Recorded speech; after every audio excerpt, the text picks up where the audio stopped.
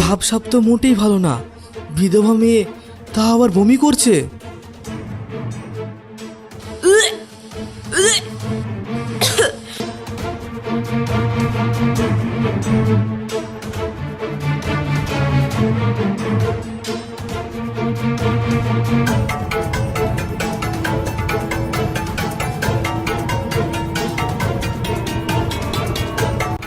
দাঁড়াও, এই বিয়ে হবে না।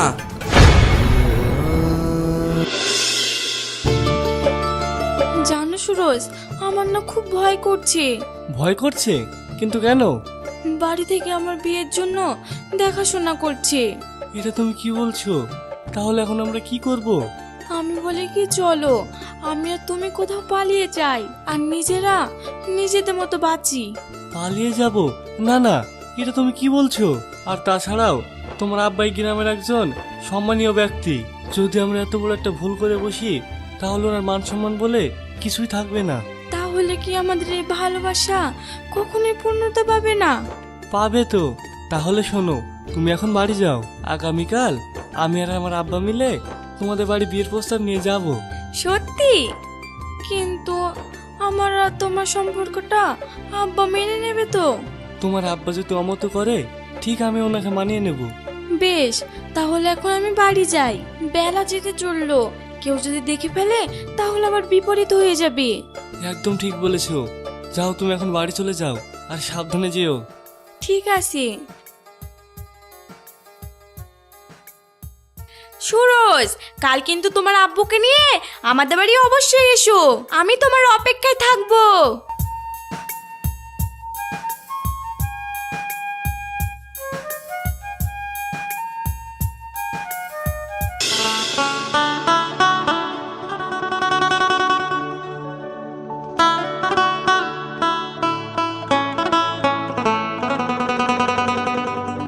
নাসরিন, নাসরিন!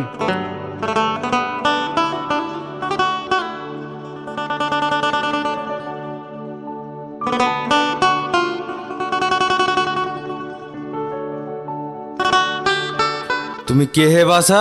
আমার বাড়িতে এসে আমার মেয়ে নাম ধরে ডাকো? প্রধান সাহেব, ও আমার ছেলে। বেশ, তা না হয় বুঝলাম, কিন্তু আমার মেয়ের সাথে কি দরকার? আসলে আপনার মেয়ের সাথে না, দরকার আমার আপনার সাথে। আমার সাথে দরকার? বেশ, বলো কি বলবে। আসলে এটা হলো আমার ছেলে সুরজ। আমার ছেলে আর আপনার মেয়ে দুজন দুজনকে খুব ভালোবাসে, তাই আপনার কাছে আসলাম ওদের দুজনের বিয়ের প্রস্তাব নিয়ে।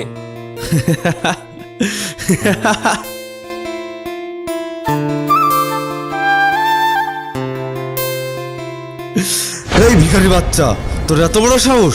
তুই আমার কাছে এসেছিস আমার মেয়ের বিয়ের প্রস্তাব নিয়ে, তাও আবার তোর ছেলের সাথে? ইয়ে কি, আপনি এটা কি করছেন? যা করেছি বেশ করেছি। একটা কথা কান খুলে শুনে রাখ, বড় লোকদের সাথে কখনো গরিবদের প্রেম ভালোবাসা হয় না। আপনি ভুল বলছেন। ভালোবাসা কখনো ধনী গরিব জাত ধর্ম থেকে হয় না। ভালোবাসা হলো দুটি মানুষের মনের মিল। এই ছোট লোকের বাচ্চা, আমি তোর থেকে কোনো জ্ঞানের কথা শুনতে চাই না। বেরিয়ে যা আমার বাড়ি থেকে। আব্বা, তুমি ওকে মেরো না, তুমি ওকে ছেড়ে দাও। নাসরিন, আমার পা ছাড়। ভালো ভালোই বলছি, না হলে কিন্তু এর ফল ভালো হবে না। চল মা, ঘরে চল। না, আমি যাব না।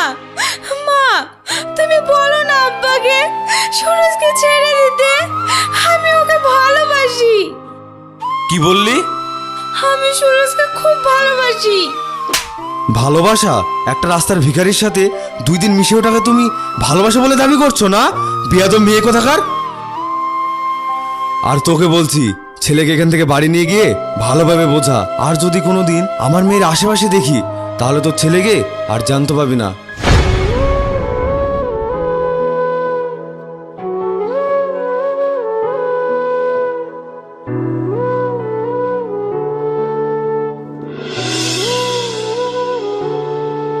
এত বড় সাহস এই মেয়ের! আর একটু হলে আমার মান সম্মান সব মাটির সাথে মিশে যেত। একটা কথা কান খুলে মা মেয়ে শুনে রাখো, আমি বেঁচে থাকতে কোনোদিন ওই ছেলের সাথে বিয়ে দেব না।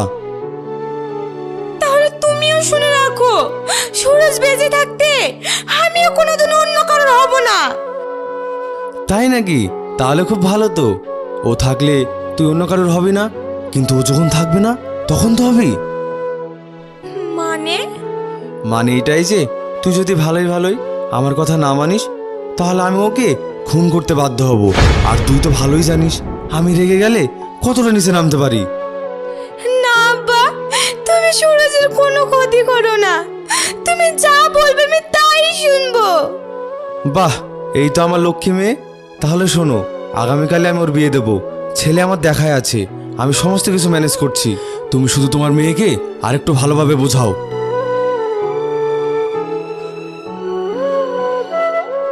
দেখ মা, কান্নাকাটি করিস না। বাবা মারা যা করে সন্তানের ভালো কথা ভেবেই করে। দেখবি তোর আব্বা যা সিদ্ধান্ত নিয়েছে এতে তোর ভালোই হবে।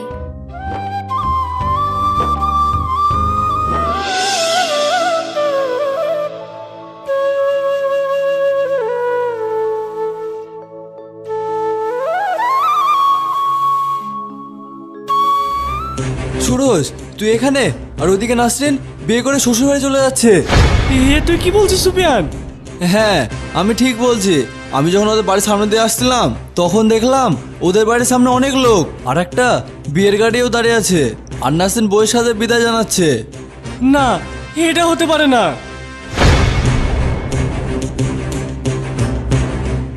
দাঁড়া বাপ দাঁড়া, ওখানে যাস না, ওরা তোকে মেরে ফেলবে।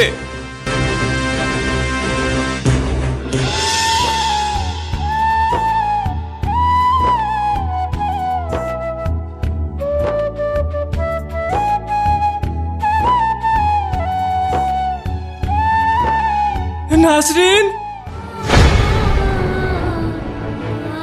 সুরজ তুমি? হ্যাঁ আমি নাসরিন। এসব কি নাসরিন, তুমি কি আমাকে ভালোবাসো না? তুমি আমাকে বলেছিলে না যে তুমি আর আমি মিলে একসাথে বাসবো? তাহলে আজ তুমি কেন আমাকে ছেড়ে অন্য কারোর সাথে চলে যাচ্ছ? আমার হাতটা ছাড়ো সুরজ, এখন আমি আর সে আগের নাসরিন নেই। কিছুক্ষণ আগেই আমার বিয়ে হয়ে গেছে। আমি এ বিয়ে মানি না। তুমি মানো আর নাই বা মানো, এটাই সত্যি। আর এই যে দেখছো দাঁড়িয়ে, এটাই আমার স্বামী। তাই আজকের পর থেকে আমার সাথে কোনো যোগাযোগ করার চেষ্টা করবে না।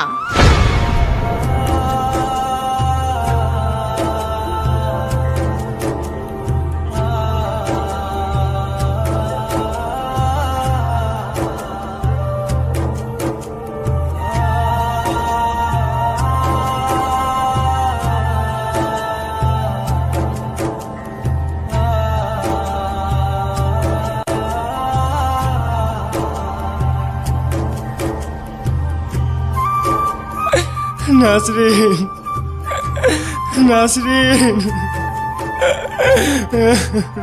যা সর্বনাশ হওয়ার তা তো হয়ে গেছে। এখানে থেকে আর লাভ নেই। চল বাবা, বাড়ি ফিরে চল।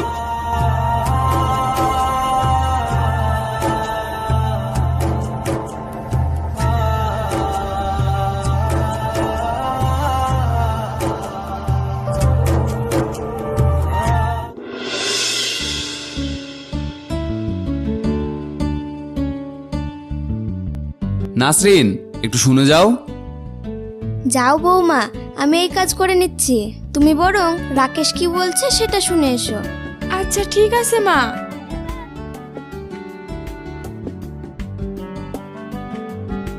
আপনি আমায় কি বলছিলেন বলেন? বলছিলাম যে অনেকদিন হলো আমরা বিয়ে করেছি, কিন্তু তোমাকে নিয়ে কোথাও ঘুরতে যাওয়া হয়নি। তাই ভাবছি আজ তোমাকে নিয়ে কোথাও ঘুরতে যাব। আজ না, আসলে আজ আমার শরীরটা ঠিক ভালো লাগছে না। আমরা না হয় অন্য একদিন যাব। বেশ, তুমি যা ভালো বোঝো তাই করো।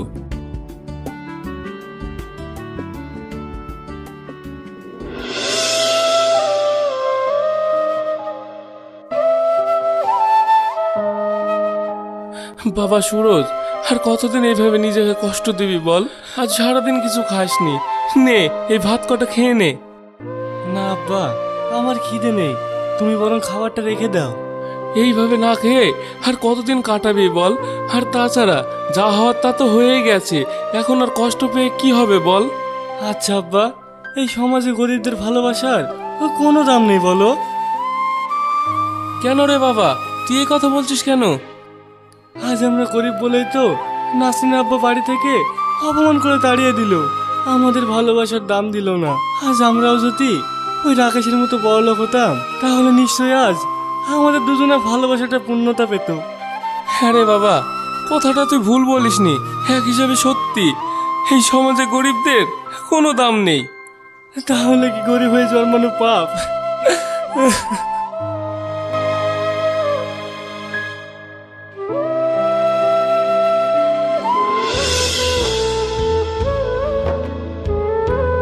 নাসরিন, তাড়াতাড়ি আমার চাটা নিয়ে এসো।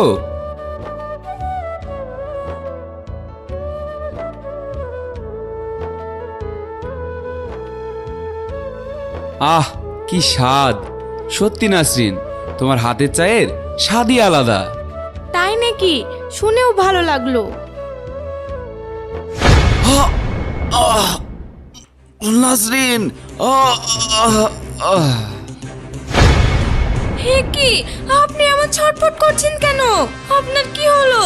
মা, মা, তাড়াতাড়ি আসেন। এ কি, আমার ছেলের কি হলো? রাকেশ, বাবা চোখ খোল, তোর কি হলো? তুই কথা বলছিস না কেন বাবা? কথা বল। রাকেশ, কথা বল খোকা আমার। একবার চোখ খুলে তাকা বাবা।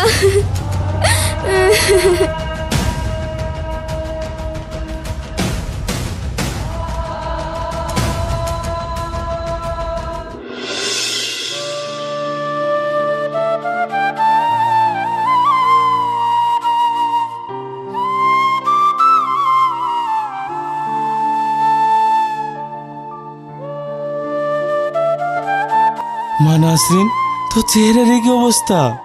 আর চেহারা, যেখানে আমার জীবনের কোনো সৌন্দর্যই নেই, সেখানে আমার চেহারা সৌন্দর্য দিয়ে কি হবে বলো? কাঁদিস না মা, দেখবি সব ঠিক হয়ে যাবে। আপনারা এসেছেন, ভালোই করেছেন। তা না হলে আমি আপনাদের ডেকে পাঠাতাম। কেন বিয়ান, কোনো দরকারি কথার জন্য? দরকারি কথা তো বটেই। কি দরকারি কথা? এটাই যে আপনারা আপনাদের মেয়েকে এখান থেকে নিয়ে যান। নিয়ে যাব? কিন্তু কেন? অত কথার উত্তর আমি দিতে পারবো না। সত্যি একটা কথা শুনে রাখেন, যেখানে আমার ছেলে নেই সেখানে শুধু শুধু আপনার মেয়েকে আমি বোঝা বইয়ে নিয়ে বেড়াতে পারবো না।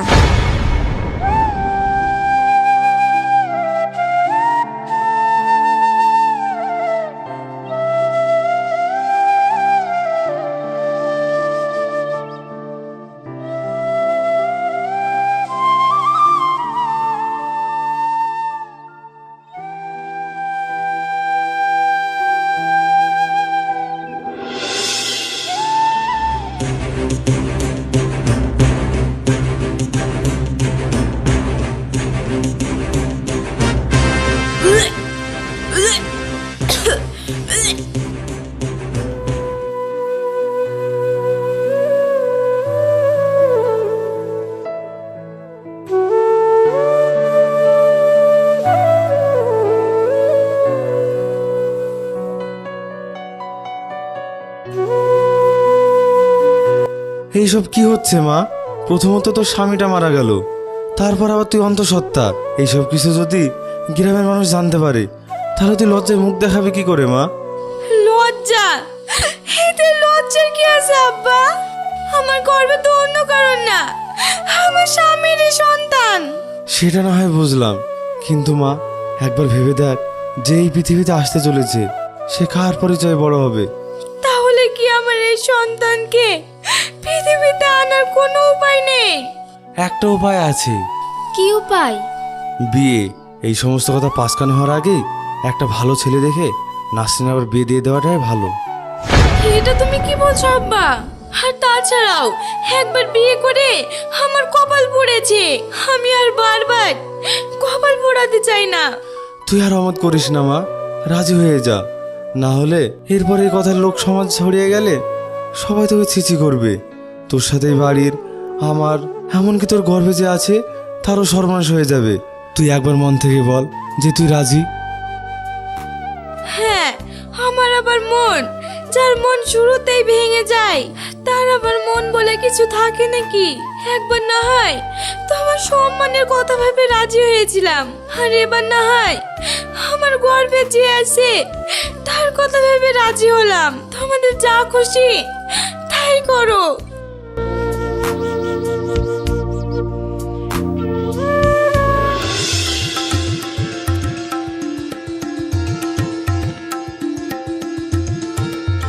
মৌলানা সাহেব, দেরি হয়ে যাচ্ছে, এবার বিয়েটা পড়ান। ঠিক আছে।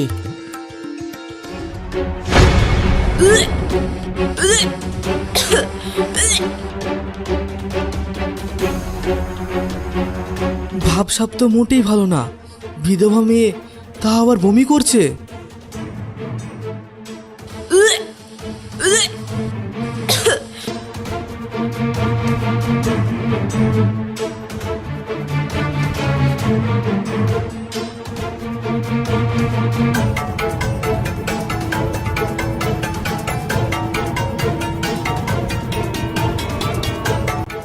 দাঁড়াও, এই বিয়ে হবে না। এ কি, আপনারা এসব কি বলছেন? হ্যাঁ, আমি যা বলছি ঠিক বলছি। আপনি কি ভেবেছেন আমি কিছু বুঝি না? আপনি বলেছেন যে আপনার মেয়ে বিবাহিত, সেটা ঠিক আছে, সেটা আমি মেনে নিয়েছি, কিন্তু এটা তো বলেননি যে আপনার মেয়ে অন্তঃসত্ত্বা। দেখেন, এইসব কথা আমি নিজেও জানতাম, কিন্তু সত্যি যখন আপনি জেনে গিয়েছেন তখন আর আপনি এই বিয়েটা আটকাবেন না।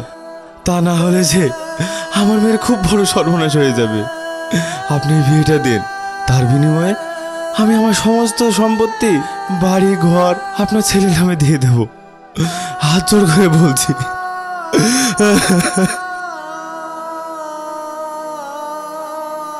আপনি কি ভেবেছেন আপনার সম্পত্তি লোভে সারা জীবন আমার ছেলে আপনার মেয়ের ওই গর্ভের পাপ পেটে নিয়ে বেড়াবে? না, তা কখনোই সম্ভব না।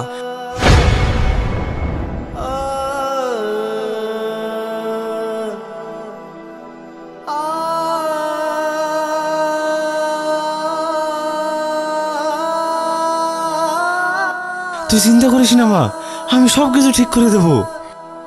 আর কি ঠিক করবে আব্বা তুমি?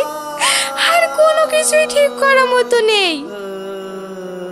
এখানে কেউ কি নেই যে আমার মেয়েটাকে বিয়ে করে তার বেঁচে থাকার মানে খুঁজে দিতে পারবে? দেখেছো তো আব্বা, তোমার ডাকে আর সাড়া দেওয়ার মতো কেউ নেই। এর থেকে ভালো আমার মরে যাওয়া। নাসরিন। সুরজ, তুমি? হ্যাঁ আমি। কিন্তু এখানে? ওইসব কথা নাই থাক, তার আগে এটা বলো, মরে গেলে কি মানুষের সব সমস্যার সমাধান হয়ে যায়? মরে গিয়ে যদি সমস্যার সমাধান না হয় তাহলে কি করে আমি আমার সমস্যার সমাধান করব? সেই জন্য আমি আছি তো। তুমি? কিন্তু কিভাবে? হ্যাঁ আমি তোমাকে বিয়ে করে তোমার সব সমস্যার সমাধান করতে চাই। এটা তুমি কি বলছো? সবকিছু জানার পরেও তুমি নাসরিনকে বিয়ে করবে? হ্যাঁ করব। তাই যদি হয়, তুমি আমার মেয়েকে বিয়ে করলে আমি আমার সব কিছু তোমাকে দিয়ে দেব। তার কোনো দরকার নেই, আমি শুধু নাসরিনকে চাই, কারণ আমার ভালোবাসায় কোনো স্বার্থ নেই। আমি শুধু নিঃস্বার্থভাবে নাসরিনকে ভালোবেসেছি। তাই আপনি যদি কিছু দিতেই চান তাহলে নাসরিনের হাত দুটো আমার হাতে তুলে দেন। কিন্তু আমি রাজি না। কেন রে মা, তোর আবার কি হলো? যেখানে আমার এই অনিশ্চিন্ত জীবনের সাথে কেউ জড়াতে চায় না, সেখানে শুধু শুধু ওকে জড়িয়ে বা কি করব? এটা তুমি কি বলছো মা? তুমি আর অমত করো না। এই 2 বছর তোমাকে ছাড়া আমার ছেলে যে কিভাবে কাটিয়েছে সেটা হয়তো আমি তোমাকে বলে বোঝাতে পারবো না। আর তাছাড়া উপর আল্লাহর হয়তো এইভাবে আমাদের দুজনকে মিলিয়ে দেওয়ার ইচ্ছা ছিল। একদম ঠিক বলেছিস। তাহলে আবার দেরি কিসের? মৌলানা সাহেব, তাড়াতাড়ি বিয়ে পড়ানো শুরু করেন।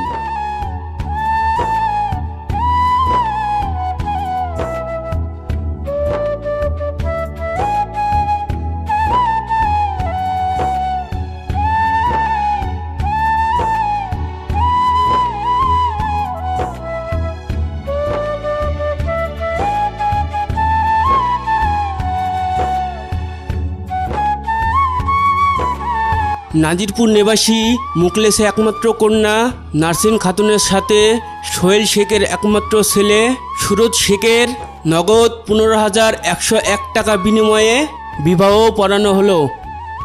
বলো বাবা কবুল? কবুল। মা তুমি বলো কবুল? কবুল। বিয়ে পড়ানো কাজ সম্পূর্ণ। আজ থেকে তোমরা দুজনেই স্বামী স্ত্রী, একে অপরের অর্ধাঙ্গিনী।